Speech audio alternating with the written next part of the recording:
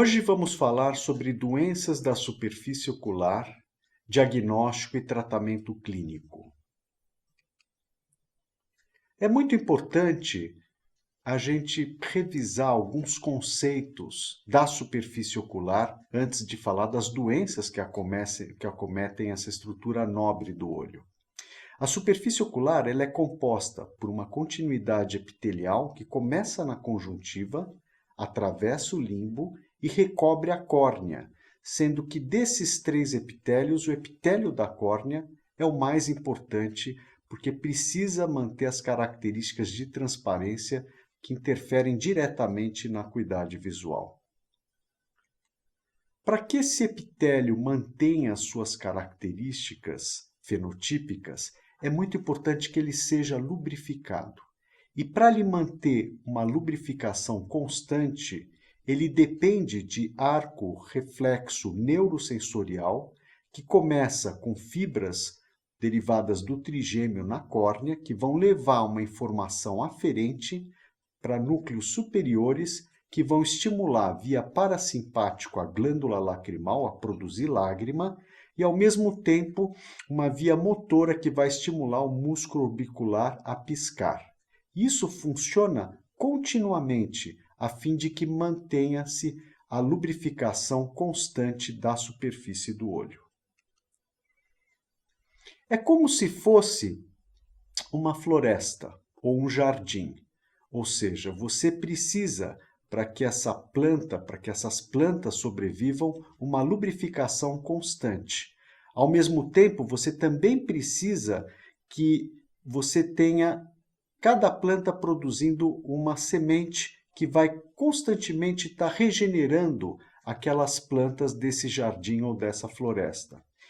Tudo isso, juntamente com as vias aferentes e eferentes neurosensoriais, vão compor o que a gente conhece como unidade funcional da superfície ocular ou unidade funcional lacrimal. Existem doenças que vão comprometer esse equilíbrio dessa unidade funcional da superfície ocular. Doenças simples, às vezes como um pterígio, que também pode ser um pouco mais complexo, como esse pterígio de duas cabeças, ou então doenças mais complexas, como as doenças cicatriciais que afetam a superfície ocular. Dentre elas, existe a queimadura e doenças imunomediadas que muitas vezes podem comprometer, inclusive, a acuidade visual. Em 2000, nós caracterizamos 6 tipos de disfunções ou de alterações que podem afetar a superfície ocular.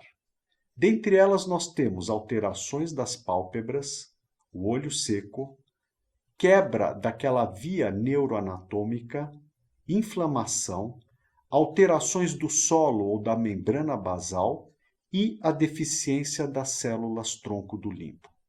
Talvez a mais emblemática e a mais importante do ponto de vista conceitual e de classificação dessas alterações seja a deficiência das células tronco do limbo. E é por isso que o limbo é extremamente importante para a manutenção da regeneração constante da superfície transparente da córnea.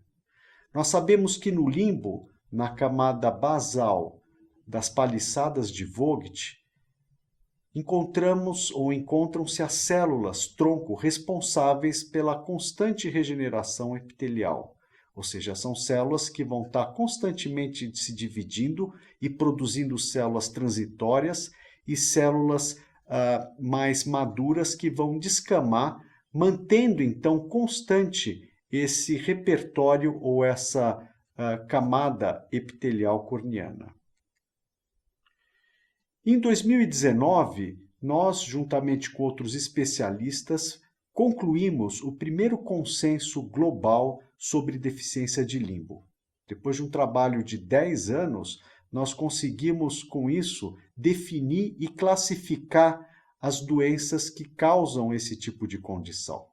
A deficiência límbica ela pode ser classificada em causas primárias, como por exemplo a aniridia, ou causas secundárias que podem ser divididas em causas imunomediadas, como doenças tipicamente imunomediadas, como pemfigoide e Stevens-Johnson, e causas não imunomediadas, como doenças traumáticas, exemplo, queimadura química e térmica, causas, por exemplo, ligadas ao uso de lente de contato, infecção, cirurgias ou mesmo proliferativas, como, por exemplo, pterígio ou mesmo tumores da superfície do olho. Nós fazemos o diagnóstico da deficiência do limbo baseado em alguns sinais clínicos.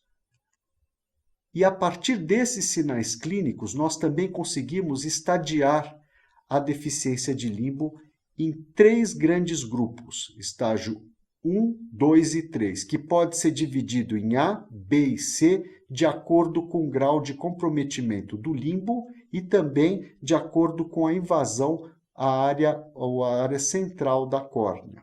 Então vamos ver aqui, por exemplo, estadio 1, onde você vai ter uma deficiência parcial do limbo, ou seja, não chega a ser 100% do limbo, e você não vai ter o comprometimento da córnea central.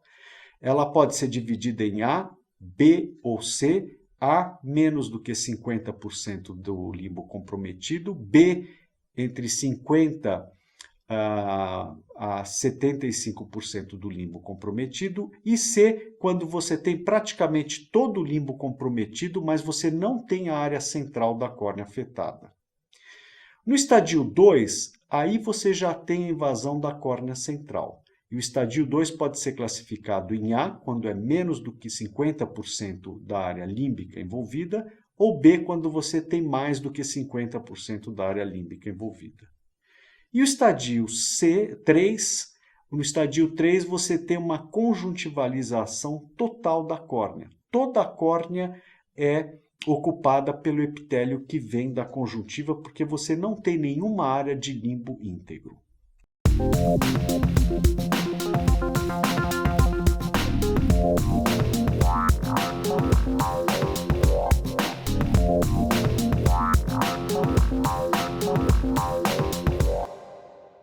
Hello, everybody. My name is Jason Nichols, and I'm the program chair for the Global Specialty Lens Symposium and our new meeting, the Global Myopia Symposium. We look forward to bringing you cutting-edge information each year. And again, we look forward to hosting you in 2021. Thanks, everybody.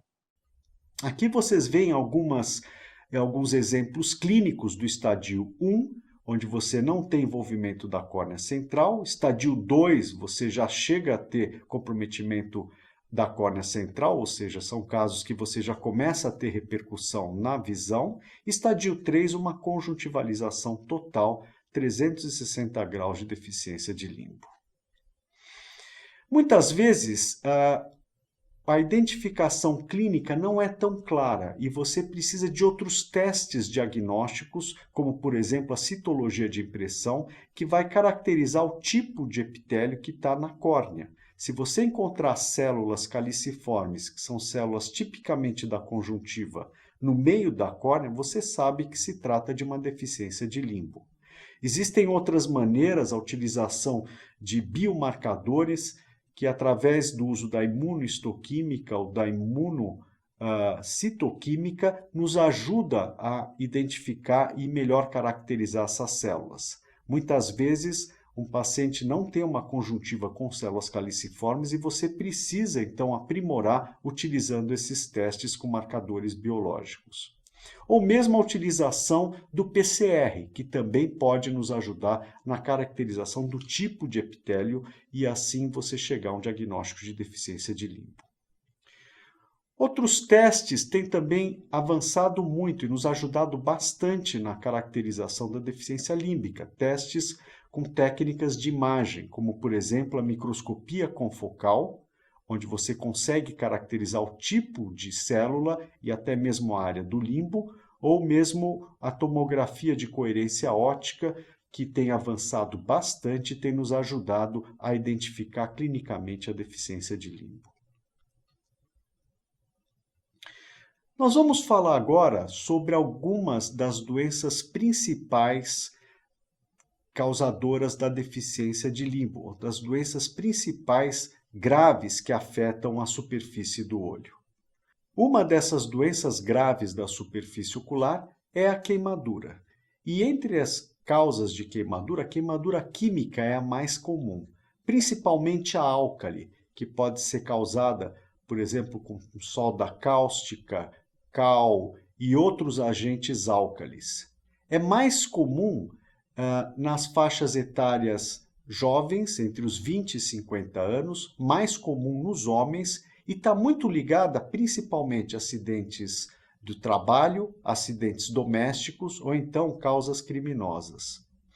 Esse é um caso típico de um paciente, né, que depois me mandou os slides, as fotos dele enquanto ele estava bem, um caminhoneiro que teve então um acidente de estrada e basicamente ele ficou preso embaixo da carreta do caminhão, pingando soda cáustica na face dele, teve uma queimadura extremamente grave em todo o corpo, mas principalmente aqui na face, que necessitou várias cirurgias plásticas, perdeu um olho e teve uma queimadura grave, mas mantendo algumas estruturas do olho intactas, o que caracteriza então um quadro muito grave de queimadura ocular.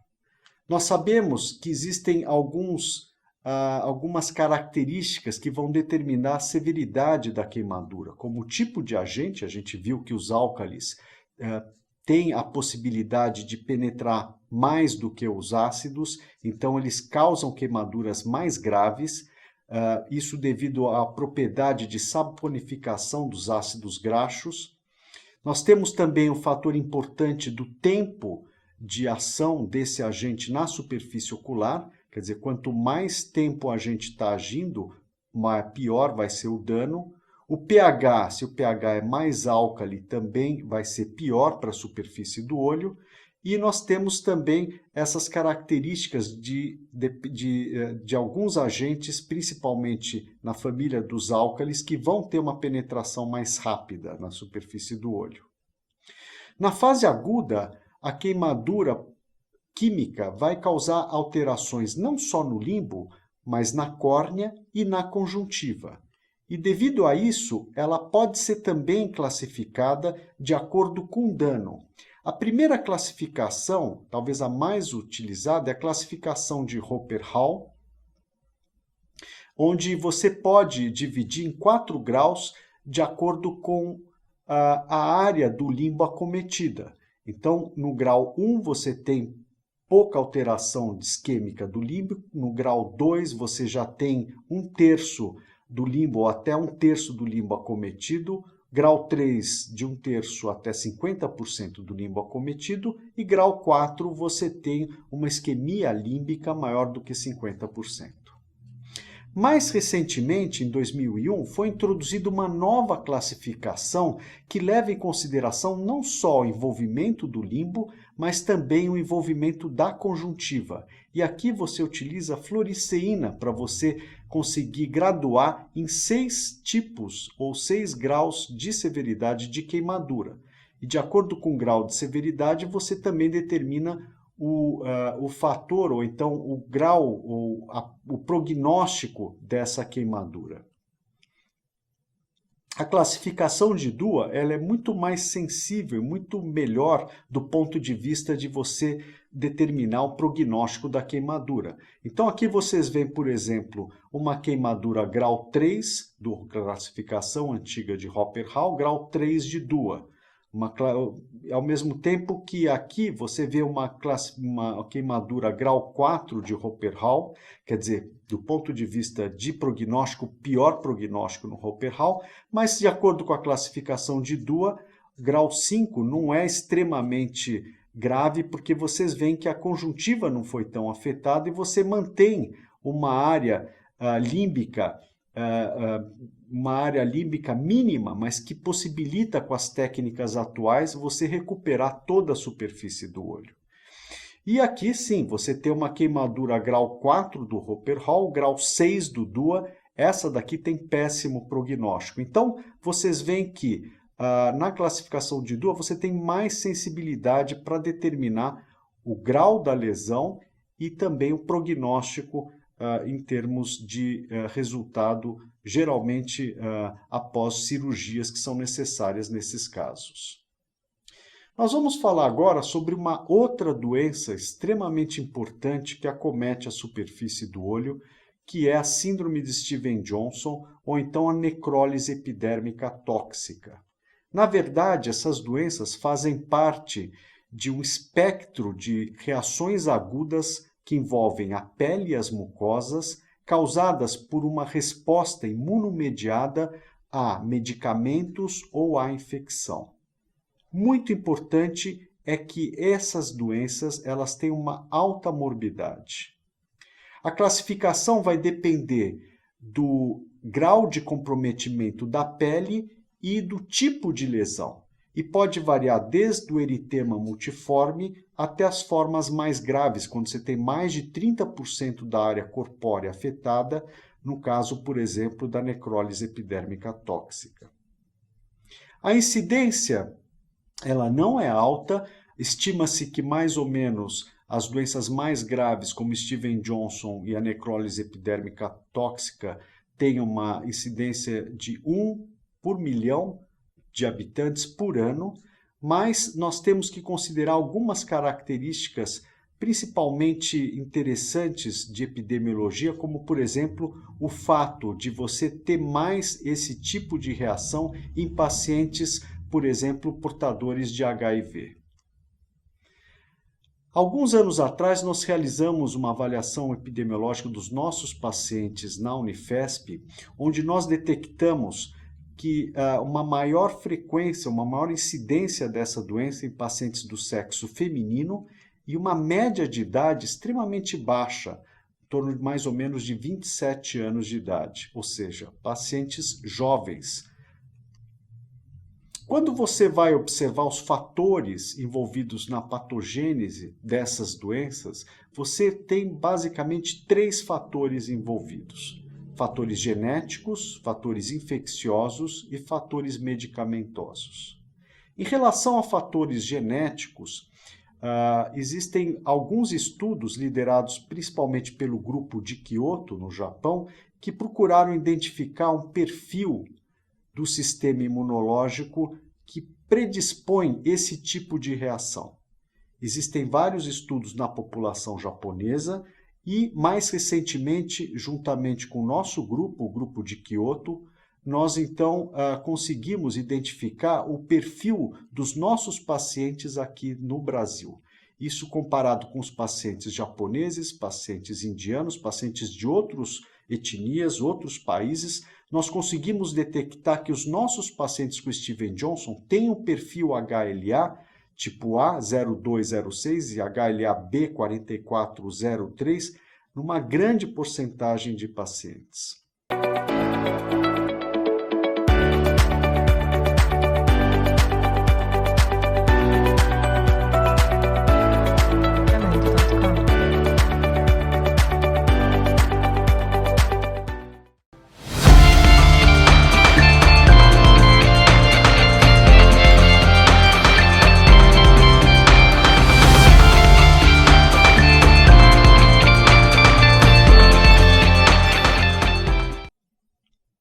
Além desse perfil genético que predispõe esse tipo de reação, nós também temos fatores associados à infecção. Classicamente, uma infecção pode provocar uma doença autoimune por uma alteração dos antígenos de superfície das células do próprio indivíduo, ou seja, um mecanismo de bystander, de ativação bystander.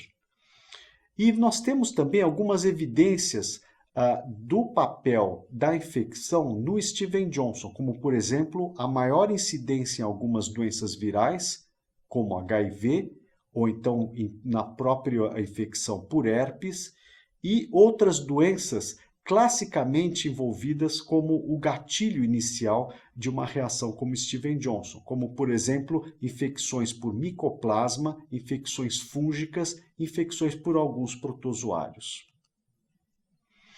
Aparentemente, os pacientes com Stevens-Johnson que têm aquela alteração genética que vai repercutir nos receptores TOL, os receptores que entram em contato com os agentes infecciosos, eles podem ter essa reação potencializada depois de uma infecção por algum agente como os que eu mencionei anteriormente.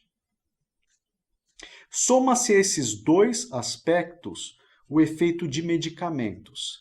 Medicamentos como, por exemplo, antibióticos, medicamentos como, por exemplo, anti-inflamatórios, medicamentos que podem, então, predispor ao início dessa reação às mucosas e à pele.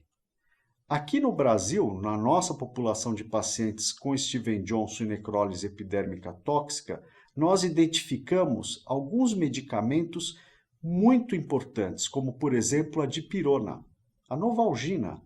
36% dos casos de Stevens-Johnson estavam ligados à utilização de novalgina. Quer dizer, o paciente tomou novalgina e teve, então, o desencadeamento dessa síndrome. Anticonvulsivantes, anti-inflamatórios não hormonais, antibióticos e contraceptivos. Mas, sem dúvida nenhuma, chama muito a atenção a dipirona. E, de acordo com os novos entendimentos da fisiopatologia, aparentemente esses medicamentos, incluindo os anti-inflamatórios não hormonais ou medicamentos para gripe, como a novalgina, eles estão muito mais ligados, principalmente naqueles pacientes que têm um perfil de HLA que predispõe esse tipo de reação, ao quadro do desencadeamento dessa síndrome. Ou seja, se você tem um paciente que não tem um perfil de HLA que predispõe a esse tipo de reação, se ele tem uma infecção e toma algum remédio para febre, por exemplo, ele vai ter uma resposta normal e vai curar da infecção. Mas o paciente que tem a predisposição genética com HLA tipo A e tipo B, com aquele perfil, se ele tem uma infecção viral ou uma infecção bacteriana ou por protozoário, que seja, ele tomando o medicamento, ele vai ter então esse tipo de reação, sendo que essas medicações, principalmente os anti-inflamatórios, os medicamentos antigripais e contra a febre, eles costumam dar esse tipo de reação e você tem então o início de uma reação como o Stevens-Johnson. O Stevens-Johnson e a necrólise epidérmica tóxica, assim que inicia a doença, ela tem uma fase aguda que tem um período prodrômico que dura mais ou menos 2 semanas, onde o paciente vai ter febre. Febre é um sintoma muito importante e frequente, dor de cabeça, dor de garganta, e depois ele passa a ter a doença aparecendo na pele e nas mucosas, mucosa oral, mucosa genital, mucosa ocular. Quando você tem, então, comprometimento da pele de mais de 30%, especialmente com algumas características de descamação, com formação de bolhas subdérmicas, nós temos o que nós conhecemos como a necrólise epidérmica tóxica, que talvez seja o grau mais grave desse espectro de doenças tipo Stevens-Johnson e tem, né?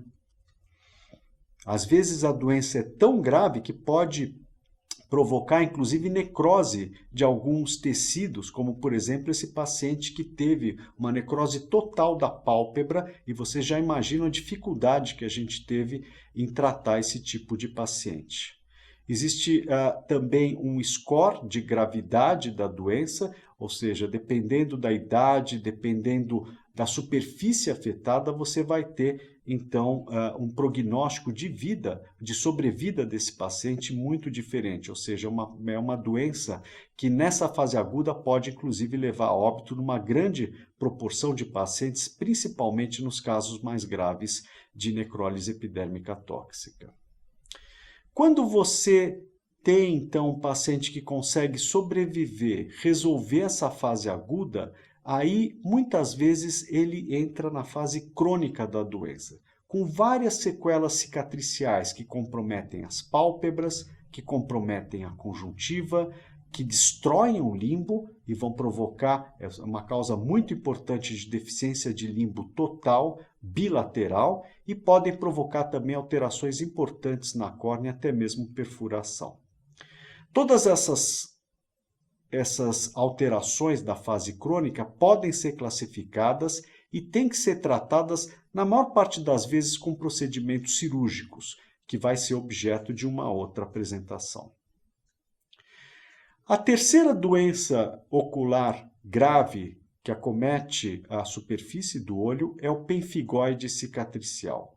O pemphigoide cicatricial afeta principalmente as mucosas, é um espectro, é um tipo do grupo das doenças bolhosas do pênfigo, mas tem algumas particularidades, principalmente pelo fato de não afetar tanto pele, mas afetar muito mais as mucosas. A incidência também é parecida com Steven Johnson, mais ou menos 1 por milhão por ano. É mais frequente também em mulheres, mas aqui a doença aparece mais em pacientes mais velhos, por volta dos 65 anos. Não tem preferência geográfica ou racial. Interessante que 70% dos pacientes com pemphigoide apresentam uma doença ocular que pode levar à cegueira em 27%. A fisiopatologia está ligada à formação de autoanticorpos que vão atacar a membrana basal da conjuntiva. E aí vai determinar uma série de alterações clínicas que podem ser divididas numa primeira fase com a formação de uma fibrose subepitelial na conjuntiva, uma inflamação conjuntival crônica com a formação dessas fibroses. Depois vai evoluindo para um encurtamento do fundo de saco, que vai evoluindo para a formação de simbléfaros, destruição do limbo, alteração da margem da pálpebra, inversão da pálpebra, entrópio, triquíase e na fase final, que lembra muito os casos crônicos de Steven Johnson, vai levar ao anquilobléfaro, queratinização total da superfície ocular e perda da visão. O teste que tem que ser utilizado para o diagnóstico diferencial dessa doença é a imunofluorescência da conjuntiva, quando você então detecta o depósito de imunocomplexos na membrana basal da conjuntiva. Existe uma positividade em torno de 60% a 80% e a sensibilidade pode melhorar um pouco com a associação da imunoperoxidase. Em relação ao tratamento clínico das doenças da superfície ocular. Primeiramente, a gente pensa na utilização de lubrificantes para repor a lágrima. Muitas dessas doenças têm realmente olho seco combinado. Então, os lubrificantes, seja na forma de gotas, géis ou então pomadas, é muito importante.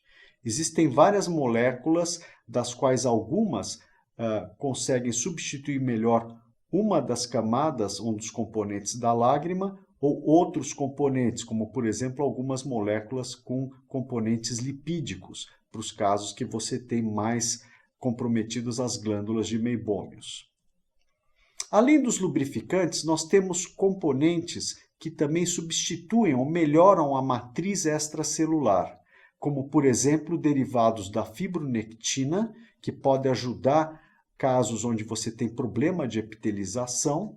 Você também pode ter o próprio hialuronato, que além de ser um excelente lubrificante, ele acelera a migração epitelial. Isso daqui é resultado de um estudo que nós publicamos no British Journal, em cultivo de células epiteliais da córnea, com e sem hialuronato de sódio, mostrando que o hialuronato se liga a receptores da membrana epitelial e ajudam a que essas células migrem de uma maneira mais eficaz.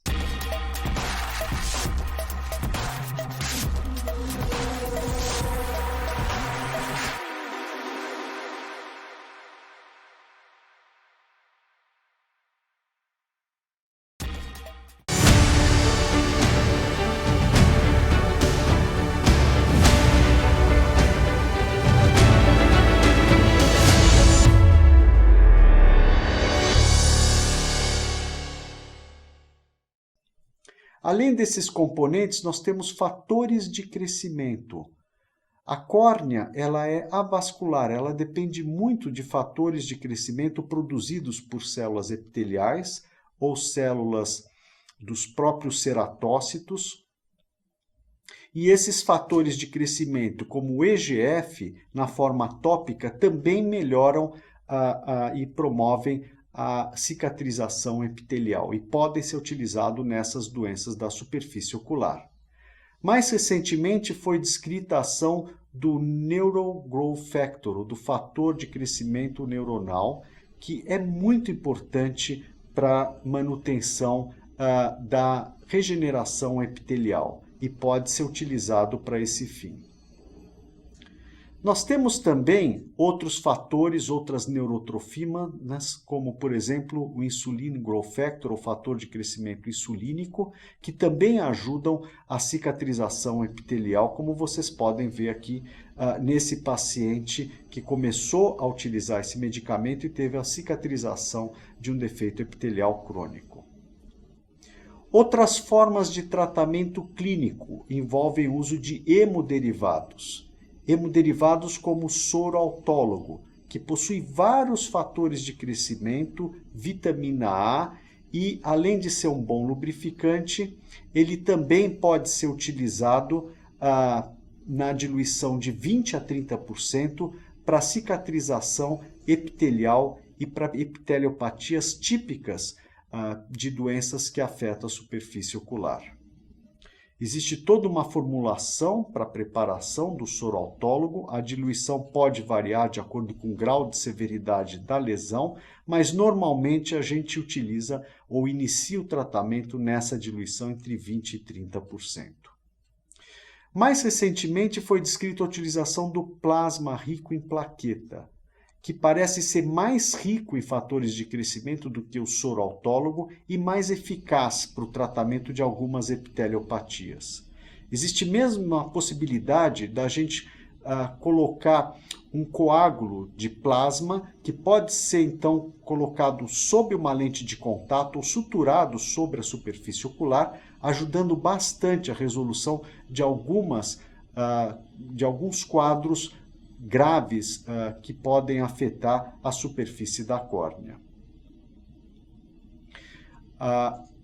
Na Europa, atualmente, o oftalmologista também tem à sua disposição kits onde ele pode preparar o plasma enriquecido de plaquetas no próprio consultório e fornecer para o seu paciente, ou seja, é um tipo de tratamento que está sendo cada vez mais difundido para o tratamento das doenças da superfície ocular.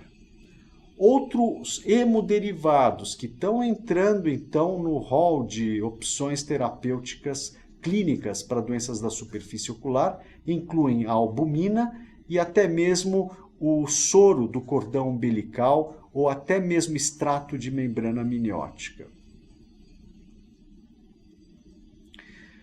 Outros tratamentos médicos importantes ou clínicos importantes incluem inibidores da protease ou inibidores da via das quinases, como as tetraciclinas e derivados, tanto na forma oral quanto na forma tópica. E tratamento anti-inflamatório. E aqui eu lembro que existem várias doenças doenças graves da superfície ocular, que são imunomediadas. E você precisa tratar ou inibir o processo inflamatório sistemicamente. Então, imunomoduladores como a ciclofosfamida para pemfigoide pode ser utilizado para você controlar essa doença sistêmica que está atacando a membrana basal da conjuntiva.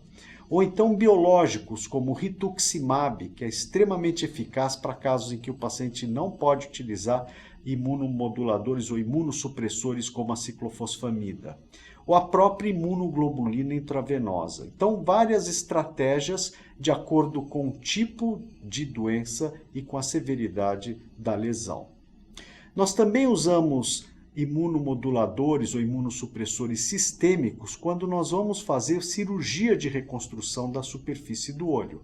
Existem vários protocolos para você utilizar 1, 2 ou 3 medicamentos para você então imunossuprimir o paciente antes dele receber um tecido halogênico. porque muitas dessas doenças acometem os dois olhos e o paciente precisa receber um tecido de um outro doador e aí precisa ser associado essa profilaxia imunossupressora para que ele consiga manter vivo ou viável esse enxerto halogênico.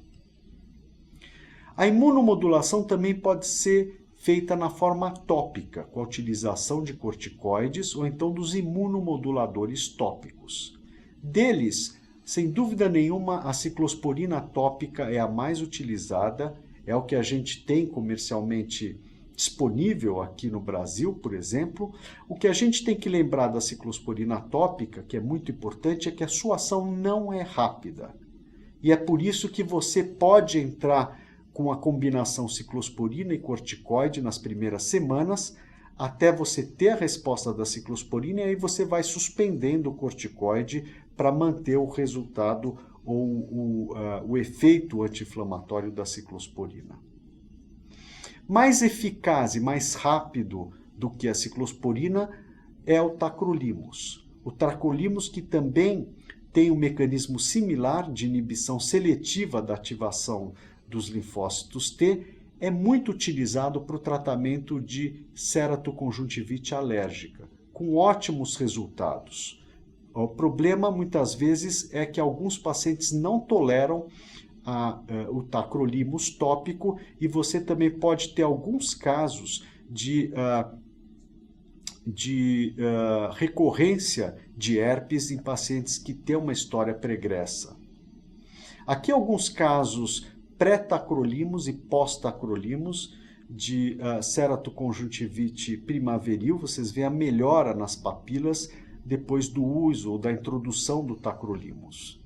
Também pode ser utilizado o tacrolimus em outras condições, como no caso da ceratoconjuntivite flictenular, ou até mesmo em doenças como pemphigoide ou Steven-Johnson, para você melhorar a inflamação crônica que esses pacientes têm na conjuntiva. Os anti-inflamatórios, aí no caso o corticosteroide, pode ser também utilizado na via subconjuntival. A triancinolona, ela tem então essa possibilidade, porque a injeção da triancinolona pode durar, o efeito da injeção pode durar semanas, e pode ser utilizado, por exemplo, no pterígio, ou então em doenças alérgicas, como a ceratoconjuntivite primaveril, para o controle das papilas gigantes. E nós temos utilizado e publicado sobre essa estratégia em pacientes resistentes ao tratamento clínico convencional na forma tópica, com bons resultados quando você injeta ou infiltra no espaço supratarsal o corticoide de depósito. Existe mesmo a possibilidade da gente utilizar dispositivos de liberação lenta, e um deles é o Ozurdex, que é utilizado nas doenças de retina, mas que pode ser utilizado também para o controle da inflamação conjuntival, isso de uma forma off-label. Mas, sem dúvida nenhuma, abre perspectivas novas de corticoides ou imunomoduladores de liberação lenta para o tratamento dessas doenças. Fora o tratamento clínico convencional, as lentes de contato com os novos materiais, elas também permitem que você trate algumas das doenças da superfície do olho. Nós temos, sem dúvida nenhuma, a utilização do material de silicone e hidrogel tem melhorado bastante as nossas opções alternativas para a utilização da lente de contato, que além de proteger do trauma, também com a utilização dessas lentes com os novos materiais, permite com que não haja uma alteração muito importante do filme lacrimal e você consiga melhorar situações como, por exemplo, exposição e trauma palpebral. Sem dúvida nenhuma, entre as lentes de contato, a que tem sido mais explorada para a utilização terapêutica nas doenças da superfície ocular são as lentes esclerais, como, por exemplo, a lente tipo Boston, né, que pode ser utilizado em doenças da superfície da córnea, por exemplo, úlceras neurotróficas e outras condições, e também outros tipos de lente escleral, como por exemplo a lente esclera, outras formas de material, principalmente o Boston, que pode ser utilizado em doenças com olho seco grave, como por exemplo Steven Johnson, conforme nosso grupo demonstrou aqui nessa publicação recente no American Journal. Lente de contato, também existe a lente de membrana amniótica, que pode ser utilizado em situações agudas, como uma queimadura aguda ou síndrome de Steven Johnson, o que vai favorecer a sua troca e na tentativa de diminuir o processo inflamatório da superfície ocular. Ou seja, lente de contato também é um ótimo instrumento da gente tratar algumas condições, seja na fase aguda ou na fase crônica. Para finalizar e concluir essa apresentação, nós vimos que as doenças da superfície ocular são várias e elas podem ser classificadas, principalmente as doenças graves que afetam essa estrutura nobre do olho, de acordo com o grau de comprometimento do limbo. Queimadura ocular, síndrome de Steven Johnson e necrólise epidérmica tóxica e pemphigoide são exemplos típicos de doenças graves da superfície do olho.